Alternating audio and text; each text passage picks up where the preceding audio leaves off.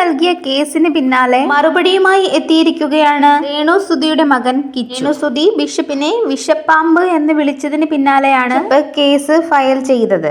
ദാനമായി നൽകിയ തിരിച്ചു നൽകണം, അല്ലെങ്കിൽ പൊതുവിൽ മാപ്പ് പറയണം. എതിരെ നൽകിയ റിമൂവ് ചെയ്യണമെന്നായിരുന്നു ബിഷപ്പിന്റെ ആവശ്യം. ബിഷപ്പിന്റെയും രേണുസുധിയുടെയും പേരിലാണ് കേസ് വന്നിരിക്കുന്നത്. കേസ് വന്നതിന് പിന്നാലെയാണ് മറുപടിയുമായി കിച്ചു രംഗത്തെത്തിയിരിക്കുന്നത്. കിച്ചുവും ഫ്രണ്ടും തമ്മിലുള്ള വീഡിയോയിൽ കിച്ചു പറയുന്നത് വളരെ നന്ദി, വളരെ സന്തോഷമുണ്ടെന്നാണ്. ഇതിലൊന്നും ഇടപെടാത്ത ഒരാളാണ്. എന്നെ ഇതിലേക്ക് എന്തിനു വലിച്ചിട്ടു എന്ന് എനിക്കറിയില്ല. ഞാൻ അന്നേ പറഞ്ഞതാണ് ഇതൊന്നും എടുത്തെന്റെ തലയിൽ വെക്കരുതെന്ന്. വീട് തന്നവരെയോ ഭൂമി തന്നവരെയോ ഞാൻ ഇതുവരെ ഇച്ചിപ്പോന്ന് പറഞ്ഞിട്ടില്ല. അവരോടൊക്കെ എനിക്ക് സ്നേഹം മാത്രമേ ഉള്ളൂ. ഇപ്പോൾ കേസിന്റെയും പേരിലാണ് വന്നിരിക്കുന്നത് എന്നുമാണ് കിച്ചു പറയുന്നത്. സന്തോഷമായി, വന്നതിനി അങ്ങോട്ട് അനുഭവിക്കുക എന്നൊക്കെയാണ് കിച്ചു പറയുന്നത്. ഞാൻ കൊല്ലത്തെ വീട്ടിലാണ് നിൽക്കുന്നത്, ഇവിടെയാണ് പഠിക്കുന്നതും.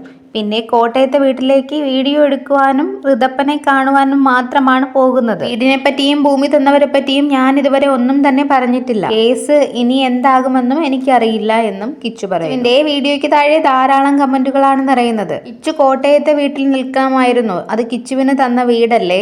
ആദ്യം മുതലേ കിച്ചു രേണുസുധിയെ പറഞ്ഞ് മനസ്സിലാക്കണമായിരുന്നു. രേണുസുധിക്ക് അഹങ്കാരം കൂടിപ്പോയി, അതുകൊണ്ടാണ് ഭൂമിദാനമായി തന്നവരെ ഇങ്ങനെയൊക്കെ പറയുന്നത് എന്നൊക്കെ നിരവധി കമന്റുകളാണ് നിറയുന്നത്. കിച്ചു ആരെയും കുറ്റപ്പെടുത്തി സംസാരിക്കുന്നില്ല. ഇവരുടെയും എന്റെയും പേരിലാണ് കേസ് വന്നേക്കുന്നതെന്നും സന്തോഷമായി എന്നും കിച്ചു പറയുന്നു.